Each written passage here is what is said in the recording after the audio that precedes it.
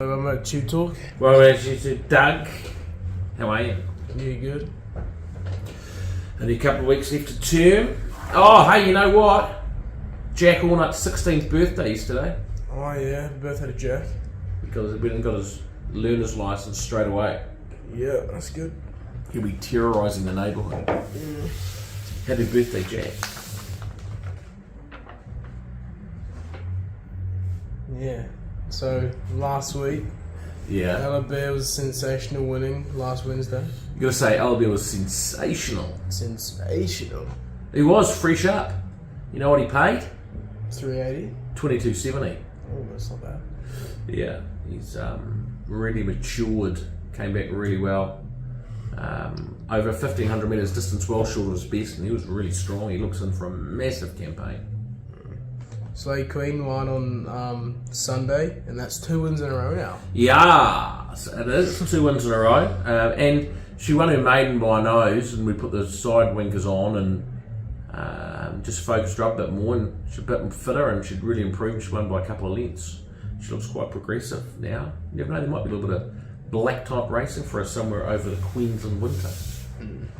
GC was a good second on Saturday.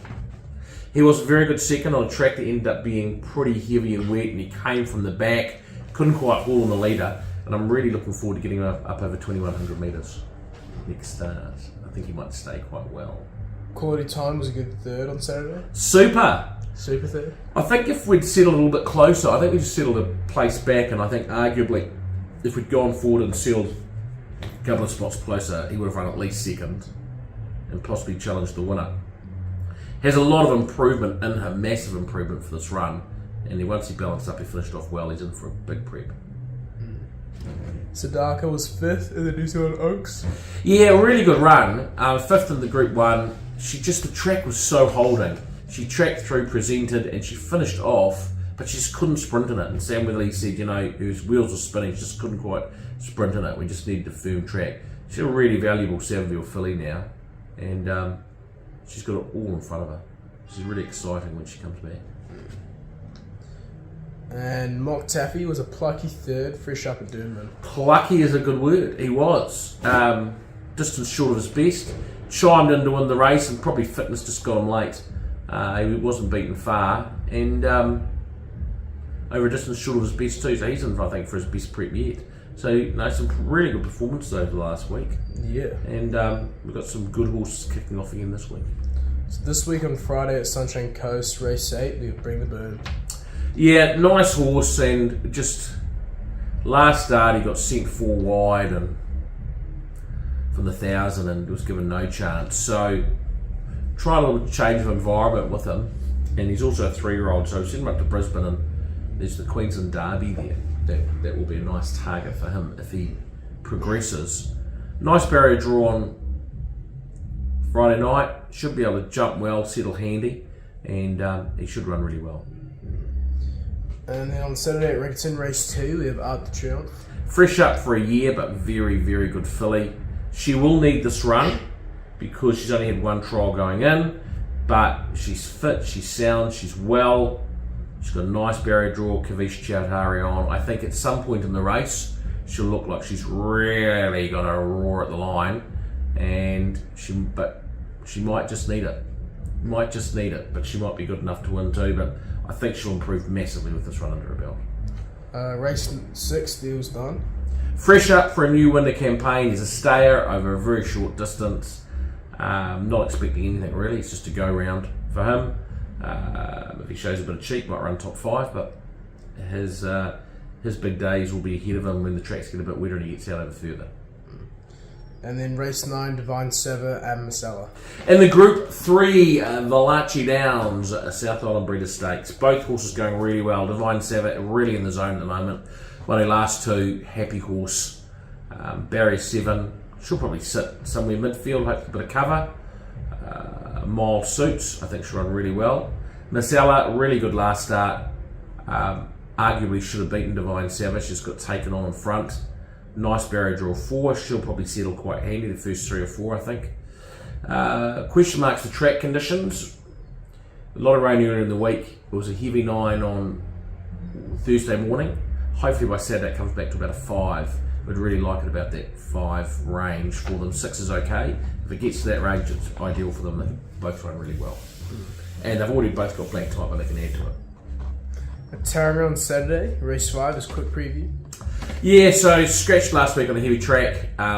We want to go 1400 with him. He's not quite ready for 1600, so we had to go to the open class handicap. It's out of his grade quite a long way, but good barrier draw. If he gets a good track, I think he'll sit probably second. I think there's a natural leader, Rose and Power in the race. I think he'll run well. I think he'll be well over the odds. I think he's a nice top 3 chance and will improve for it. Race 6, Waimoku Falls. Really disappointing first start. We put side winkers on her, help her to focus up. We wanted Sam Spread on, who has ridden really well in the past, but she's already booked. So we've gone for another female jockeys. We think she might respond better to them.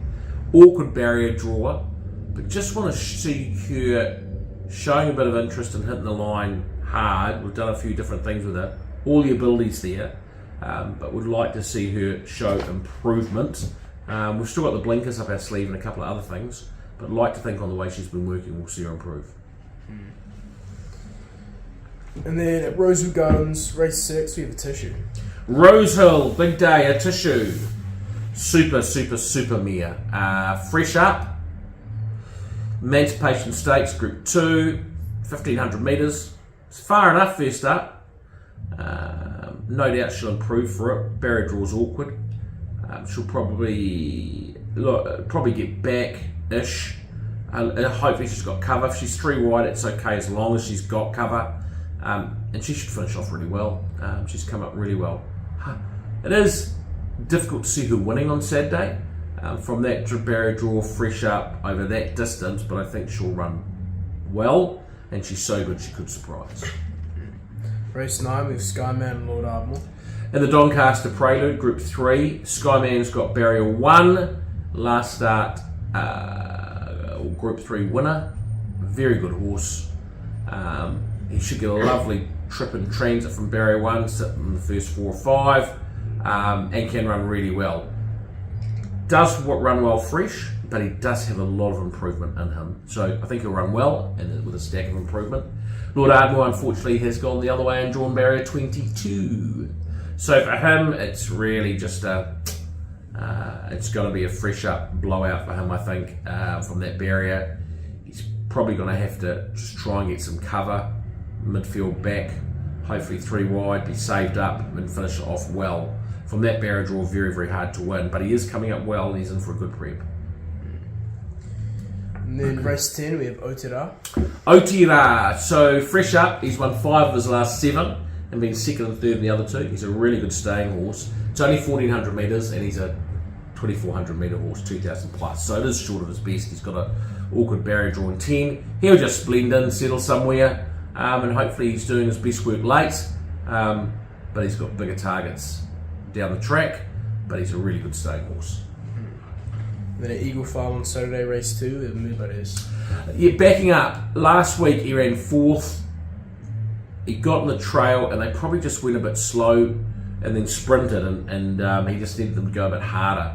So we decided to back him up, 1800 metres.